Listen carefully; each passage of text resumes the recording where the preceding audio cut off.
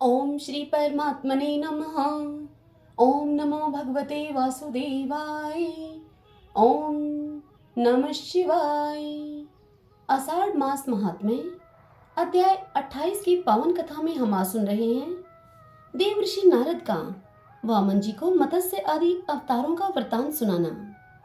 नरसिंह अवतार एवं प्रहलाद की कथा। महादेव जी इस कथा को सुनाते हुए देवी पार्वती से कहते हैं कि हे पार्वती, एक समय देवर्षि नारद जी वामन जी के समीप गए। तदंतर वामन जी के पूछने पर नारद जी उन्हें इस प्रकार से बोले। नारद जी ने कहा कि हे प्रभु, मैं स्वर्गलोक से यहाँ पर आया हूँ। प्रतिदिन सूर्य के गमनागमन ब्रह्मा का दिन पूरा होता है। दिन के अंत में रात होती है और ब्रह्मा जी की रात्रि में सब देवताओं का नाश हो जाता है।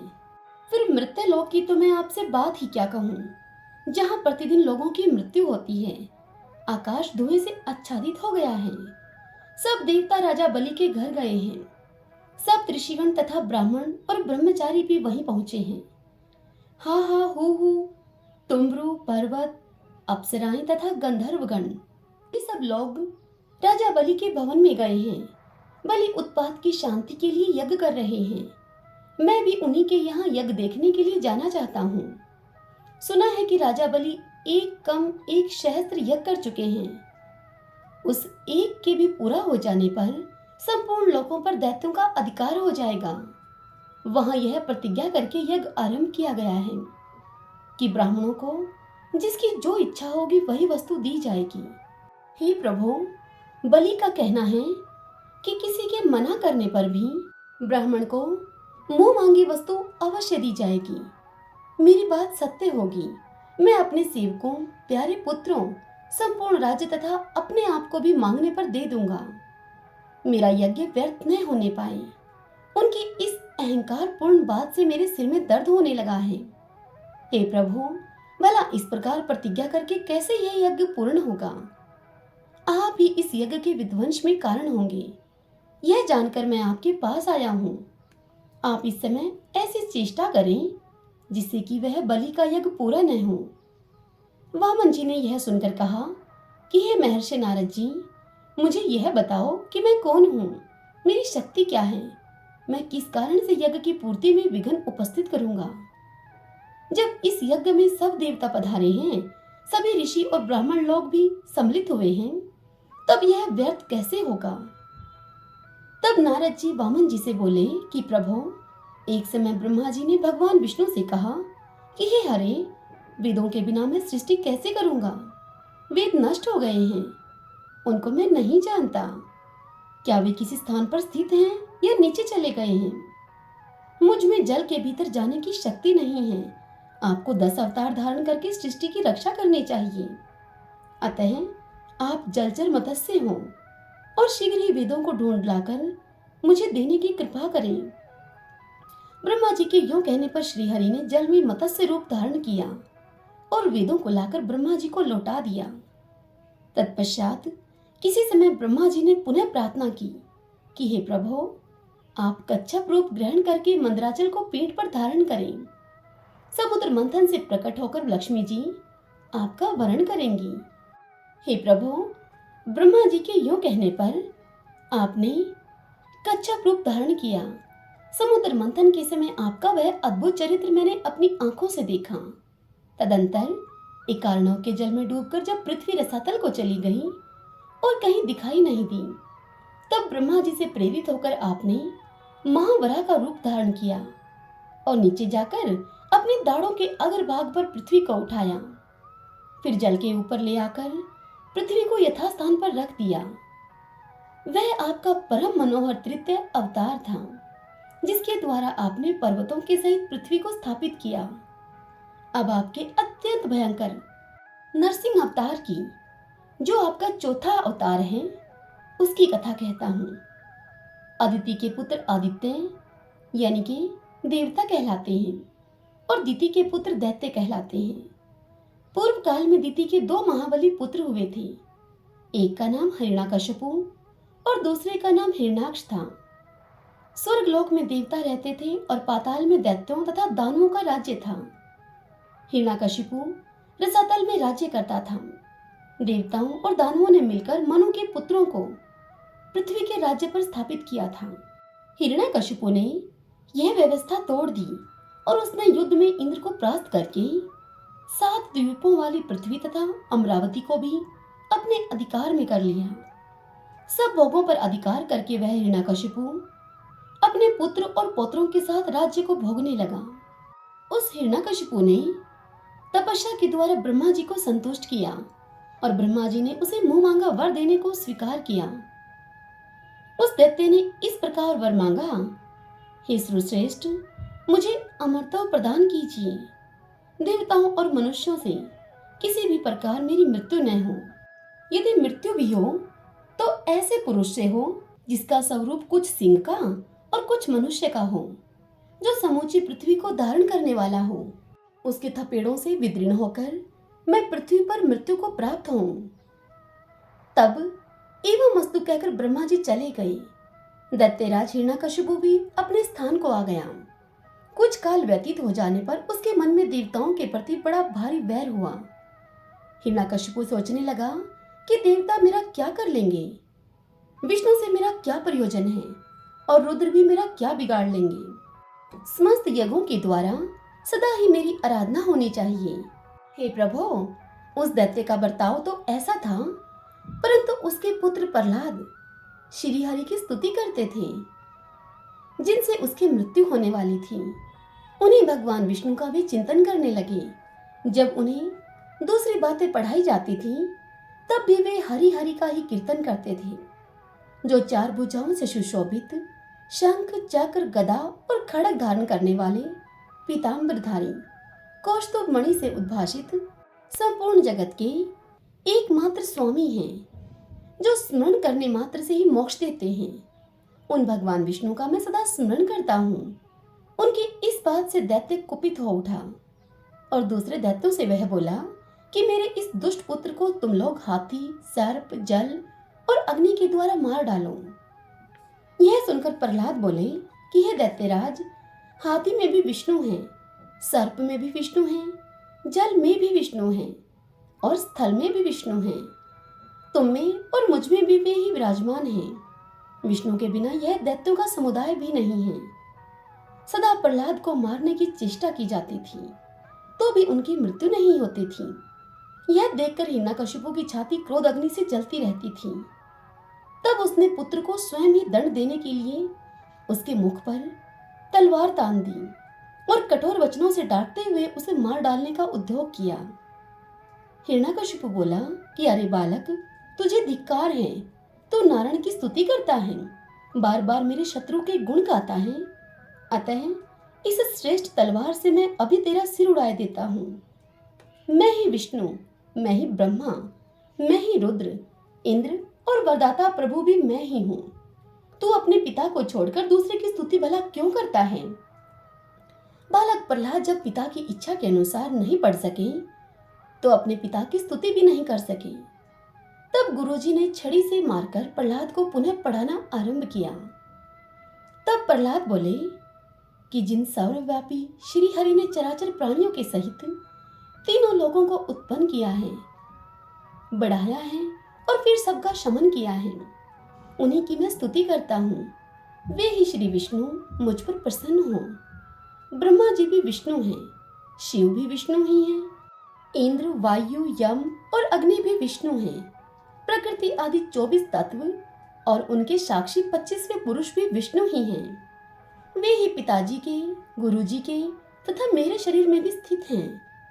यह जानने पर भी कोई मरण धर्मा प्राणी श्री हरि के सिवा दूसरे नीच मनुष्यों की स्तुति कैसे कर सकता है? यह सुनकर गुरुजी ने कहा कि हे शिष्य, यह तो बता, मनुष्यों में नीच कौन है? यह सुनकर प्रहलाद जी ने कहा कि पुत्र जन्म आदि के समय, मृत्यु के समय तथा शुभ अवसरों में जिसके मुख से हरि इन 2 अक्षरों का उच्चारण नहीं होता, वही मनुष्यों में अधम है। भय, राजकुल से समागम, युद्ध, व्याधि, स्त्री संग, विपत्ति, यात्रा तथा मृत्यु के समय जो इस पृथ्वी पर रहते हुए श्री हरि को भूलकर माता पिता का स्मरण करते हैं, वे मूर्ख मानव मनुष्यों में अधम हैं। मेरे तो न माता है, न पिता है, न स्वजन है और न सेवक है। श्री हरि के बिना मेरा कोई नहीं है। आपको जो उचित जान पड़े वह बर्ताव मुझसे कीजिए।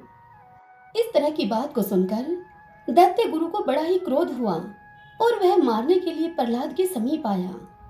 इतने में ही प्रहलाद की माता ने आकर पुत्र को आंचल से ढक लिया और उसके भाई, स्वजन तथा बहन ये सभी आकर कहने लगे कि भैया तू हरी हरी मत बोल, मैं तेरी माता हूँ, यह बहन है तेरी, ये तेरा भाई है तथा ये स्वजन लोग तेरे हैं।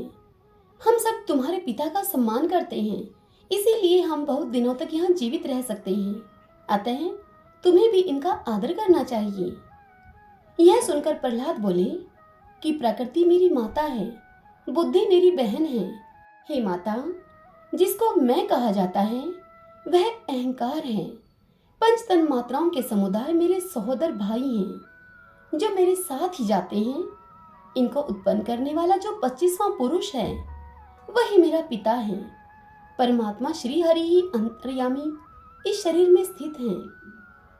यदि इनका सम्मान किया जाए तो वे हृदय में दर्शन देते हैं। उनका चरण ही अनिमा आदि 8 सिद्धियों का स्थान है। आप लोगों के लिए राज्य ही अभिष्ट वस्तु है, परंतु जहाँ भगवान विष्णु का पूजन और आदर नहीं होता वह राज्य मुझे तिनके के समान प्रतीत होता है। ब्रह्मा, रुद्र, अनल आदि के रूप में जिनका प्रत्यक्ष दर्शन होता है, जो बिना किसी आधार के ही सर्वत्र विचरते हैं, वे ही भगवान विष्णु हैं। हे माता, ये जो आकाश में स्थित और ध्रुव से बंधे हुए संपूर्ण ग्रह दृष्टिगोचर होते हैं, वे सब भगवान विष्णु के ही वचन से पृथ्वी पर नहीं गिरते। फिर प्रलय काल में वे ही सबका विनाश करते हैं। ऐसा विचार करके मुझे आप लोगों से मृत्यु का भय नहीं है। प्रहलाद की यह पूरी बात होते ही उनके पिता ने उन्हें लात मारकर कहा, कहाँ है तेरा हरि? पहले मैं उसी को मारता हूँ, उसके बाद हरि हरि की रट लगाने वाले तुझ दुष्ट का भी मैं वध कर डालूंगा। तब प्रहलाद ने कहा कि पृथ्वी आदि 5 भूत भगवान विष्णु के ही स्वरूप हैं। वे ही स्थल और जल में हैं। अधिक कहने से क्या लाभ है? यह संपूर्ण जगत विष्णुमय ही है। तृण, काष्ठ, ग्रह, क्षेत्र, द्रव्य और देह सब में श्री हरि स्थित हैं। वे ज्ञान योग से जाने जाते हैं, इस चरम चक्षु से नहीं देखे जाते। भगवान विष्णु सब सुनते हैं और सब जानते हैं और सब कुछ करते हैं। प्रहलाद के इस प्रकार कहते ही हिरण्यकशिपु सहसा सिंहासन छोड़कर खड़ा हो गया। उसने दृढ़ता पूर्वक कमर कस ली और मयान से चमचमाती हुई तलवार खींचकर प्रहलाद को थप्पड़ मारकर कहा कि अब तू अपने विष्णु का स्मरण कर ले। मैं अभी उज्जवल कुंडलों से सुशोभित तेरा मस्तक पृथ्वी पर गिरा दूंगा। जैसे वृक्ष से पका हुआ फल गिराया जाता है, यदि जीवित रहना चाहता है तो इस खंभे से अपने विष्णु को निकाल कर दिखा। प्रहलाद जी भय को छोड़कर पद्मासन लगाकर धरती पर बैठ गए और कंधा नीचे करके श्वास को ऊपर रोककर हृदय में भगवान श्री हरि का ध्यान करते हुए मरने के लिए तैयार हो गए। हे प्रभु, उस समय मैंने एक आश्चर्य की बात देखी। आकाश से फूलों की एक माला नीचे आई और स्वयं ही प्रहलाद जी के गले में पड़ गई। इतने में ही खंबे से एक भयंकर आवाज हुई, जिसे सुनकर सब लोग क्षुब्ध हो गए और मन ही मन सोचने लगे कि क्या यह पृथ्वी पाताल में धंस जाएगी, अथवा क्या स्वर्गलोक टूटकर पृथ्वी पर गिर पड़ेगा, अथवा प्रहलाद का सिर इस दैत्य के खड़ग से कटकर पृथ्वी पर तो नहीं गिर जाएगा। इसी समय खंबे से बड़ा भयानक सिंहनाद हुआ। उस शब्द से मूर्छित होकर सब दैत्य पृथ्वी पर गिर पड़े। हिरण्यकशिपु के हाथ से ढाल और तलवार भी गिर गई। वह सोचने लगा कि यह क्या है। जब सिर ऊंचा करके वह देखने लगा तो भगवान विष्णु पर उसकी दृष्टि पड़ी। नीचे से मनुष्य की आकृति और ऊपर से भयंकर सिंह का स्वरूप, दाढ़ों के कारण विकराल मुख, मानो कि वे आकाश को चाट लेंगे। उनका शरीर तेज से प्रज्वलित हो रहा था। मुख से भयानक कटकट की आवाज हो रही थी, मानो गरजता हुआ बादल मूर्तिमान हो गया हो। गर्दन के बाल ऊपर की ओर उठे हुए थे देवता और दैत्य सभी के लिए उनकी ओर देखना कठिन था। उन्हें देखकर वह दैत्य पुनः पृथ्वी पर गिर पड़ा। नरसिंह जी ने उनके बाल पकड़कर आकाश में 100 बार उसे घुमाया और फिर पृथ्वी पर पटक दिया, परंतु ब्रह्मा जी के वर के प्रभाव से उस दैत्य की मृत्यु नहीं हुई। तब भगवान ने हिरण्यकशिपु को घुटनों पर सुलाकर उसकी छाती चीर डाली। देवता जय जयकार करने लगे। चराचर प्राणियों के सहित तीनों लोकों में शांति छा गई। हिरण्यकशिपु की मृत्यु के पश्चात विष्णु भक्त प्रहलाद जी दैत्यों के राजा बनाए गए। उन्होंने बहुत वर्षों तक भूमंडल का राज्य किया। उनके अनेक पुत्र हुए, जिनमें विरोचन ज्येष्ठ थे। विरोचन से बलि का जन्म हुआ। बलि के उत्पन्न होने के पश्चात विरोचन ने एकांत में योग साधना करके श्री हरि के तत्व का ज्ञान प्राप्त किया और राज्य को त्याग कर वे पर्वत शिखर पर चले गए। श्री हरि ने उनके शरीर को कल्पांत स्थायी कर दिया। तदंतर हम में से कौन राजा होगा, इस प्रश्न को लेकर दैत्यों और दानवों में बड़ा विवाद हुआ। तब प्रहलाद जी ने आकर एक व्यवस्था की। उन्होंने कहा कि जो समस्त शुभ लक्षणों से संपन्न, दीर्घायु, अतिशय बलवान, यज्ञशील, सदा आनंद युक्त, अधिक पुत्रों वाला तथा अत्यंत दुर्जय हो, जो देवताओं के साथ अकारण युद्ध न करे और भगवान विष्णु को सर्वोपरि अजय शक्ति के रूप में जाने, जिसकी संग्राम में मृत्यु न हो, जो सर्व सब दक्षिणा में दे देने वाला हो, अपनी बात कभी व्यर्थ न होने देता हो, तथा सब पुत्रों में जो अपनी स्वाभाविक श्री के द्वारा अधिक शोभा पाता हो। उस व्यक्ति को जब गुरुदेव शुक्राचार्य राज्य पद पर अभिषिक्त कर दें, तब वही सब दैत्यों का राजा हो। राजा होने योग्य कौन है, इसके निर्णय में गुरुदेव ही प्रमाण है। यो कहकर प्रहलाद जी वहां से चले गए। तदंतर दैत्य दानव एक मत होकर उस व्यवस्था का पालन करने लगे। शुक्राचार्य जी ने राजा बलि को ही गुण में अधिक देखकर तथा प्रहलाद के सभी गुण बलि में विद्यमान हैं, इस प्रकार यूं समझकर उन्हीं को दैत्यों का राजा बनाया। हे वामन जी, मुझे युद्ध देखने के लिए बड़ी उत्कंठा रहती है। ब्राह्मण को युद्ध करते हुए देखकर मुझे बड़ा हर्ष होता है। आप भी ब्राह्मण के रूप में प्रकट हुए हैं, अतः बताइए कि कब युद्ध करेंगे। हरि ओम तत्सत। ओम नमो भगवते वासुदेवाय। ओम नमः शिवाय। भगतजनों, आज की यह कथा यहीं पर पूर्ण हुई। कल की कथा में हम सुनेंगे वामन जी का बलि से 3 पग भूमि ग्रहण करना और गंगा तथा वामन स्थली की महिमा, प्रभास खंड का उपसंहार। कल के दिन हम इस पावन कथा का रसपान करेंगे।